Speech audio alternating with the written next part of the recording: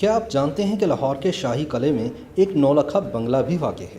یہ ایک ایسی نادر عمارت ہے جس کے طرز تعمیر میں انجینئر بادشاہ کہلانے والے مغل شہنشاہ شاہ جہاں نے نہ صرف روایتی مشرقی انداز اپنایا بلکہ بنگالی اور یورپی طرز تعمیر کا خوبصورت امتزاج بھی پیدا کیا۔ آج اس پرشکوہ عمارت کا سفید سنگ مرمر فضا میں پائے جانے والے سلفر ڈائی آکسائڈ کی وجہ سے اپنے قدرتی رعنائی کھو رہا ہے۔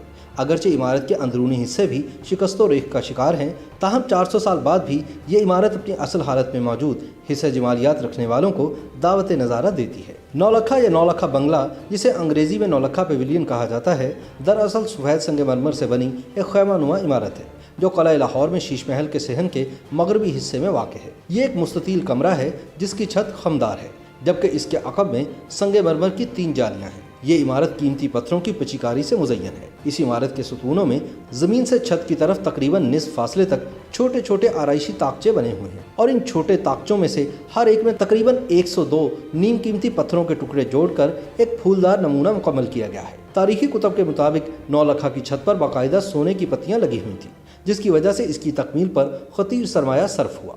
اس شاندار عمارت کا آرکیٹیکٹ وزیر خان تھا، جبکہ سول انجینئر عبدالکریم نے بھی اس کی تکمیل میں اپنے فن و کاریگری کا شاندار مظاہرہ کیا۔ بعض مورخین کے مطابق نولکھا کا ڈیزائن بھی تاج محل کے آرکیٹیکٹ استاد احمد خان لاہوری نے بنایا تھا، حتیٰ کہ تاج محل میں خوبصورت نقش و نگار بنانے والے اٹالین جیولر جیرونیمو ویرونیو کے بارے میں کہا جاتا ہے کہ اس نے بھی نولکھا کی خوبصورتی کو چار چاند لگانے میں اپنا بھرپور حصہ ڈالا۔ نولکھا یوں تو شاہجہانی دور کی نمائندہ عمارت ہے، تاہم اس کے ڈیزائن میں بنگال کے طرز تعمیر، دوچالہ اور یورپی طرز کے کنوپی سٹائل کو اپنایا گیا۔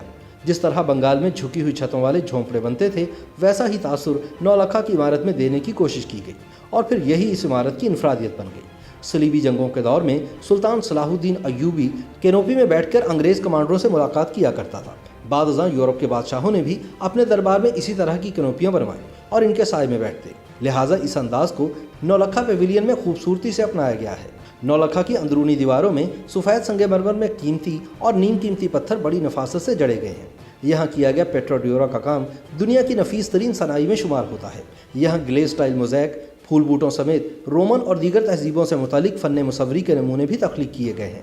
نولکھا بنگلہ کے سامنے وسیع صحن اور یہاں اس زمانے میں قائم چھوٹے حجرے اس پرشکوہ عمارت کو آگرہ کے قلعے سے مماثل دکھاتے ہیں۔ مغربی سمت میں واقع اس کے صحن سے لاہور شہر کا بھرپور نظارہ دیکھنے کو ملتا ہے، جبکہ ایک زمانے میں نولکھا کے عقب میں دریائے راوی بہتا دکھائی دیتا تھا۔ سن 1927 میں برٹش انڈیا کے آرکیالوجی ڈپارٹمنٹ نے نولکھا کو محفوظ بنانے کے لیے اسے اہم تاریخی عمارتوں کی فہرست کا حصہ بنایا۔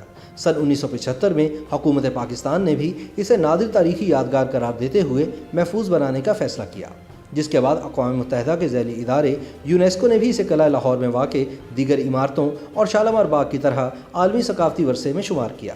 شہر کی مصروف شاہراہ پر واقع ہونے کی وجہ سے قلعہ لاہور میں واقع تاریخی نولکھا پیویلین یا نولکھا بنگلہ کی عمارت فضا میں موجود سلفر ڈائی آکسائڈ سے بری طرح متاثر ہو رہی ہے، تاہم محکمہ آثار قدیمہ نے عالمی اداروں کے تعاون سے اسے کسی حد تک اصل حالت میں برقرار رکھا ہے۔ دراصل نولکھا شاہی قلعہ میں موجود 21 شاندار یادگاروں میں سے ایک ہے۔ شیش محل کی طرح نولکھا بھی شاہی قلعے کے اس شاہ برج بلاک کا حصہ ہے جو شاہجہاں کے والد شہنشاہ جہانگیر نے تعمیر کروایا تھا۔ مورخین کا ماننا ہے کہ سن 1633 میں اس وقت کے مغل بادشاہ شاہجہاں نے 9 لاکھ روپے کی خطیر رقم سے یہ شاندار عمارت تعمیر کروائی۔ یہی وجہ ہے کہ اسے نولکھا یعنی 9 لاکھ والی پکارا جاتا ہے۔ جب سے یہ عمارت بنی ہے تب سے قیمتی چیزوں کا نام بھی نولکھا پڑ گیا، جیسے نولکھا ہار کا تذکرہ اکثر شاعری اور گیتوں میں ملتا ہے۔ 20ویں صدی کے مشہور برطانوی ناول نگار، شاعر اور صحافی جوزف روڈیارڈ کپلنگ کو لاہور میں قیام کے دوران نولکھا پیویلین کی خوبصورتی نے بے انتہا متاثر کیا۔ کپلنگ نے اپنے ایک ناول کا نام نولکھا رکھا اور پھر امریکہ میں سکونت اختیار کرنے کے بعد جو ذاتی گھر بنوایا اسے بھی نولکھا کا نام دیا۔ امریکی دارالحکومت واشنگٹن ڈی سی میں واقع پاکستانی سفارتخانے کی عمارت بھی نولکھا بنگلہ کی خمدار چھت سے متاثر ہے۔ سن 1964 میں پاکستانی کرنسی میں 1 روپے کے نوٹ پر بھی نولکھا کی ڈرائنگ پرنٹ کی گئی، جسے سن 1980 میں مزار اقبال سے تبدیل کر دیا گیا۔ کہتے ہیں کہ گرم موسم میں شاہجہاں کو اس ٹھنڈے اور ہوادار نولکھا بنگلے میں وقت گزارنا بہت پسند تھا۔ شاہجہاں کی وفات کے بعد اس کے بیٹے اورنگزیب عالمگیر نے نولکھا کو عبادت کی جگہ بنایا، کیونکہ یہ عین قبلہ رخ واقع ہے۔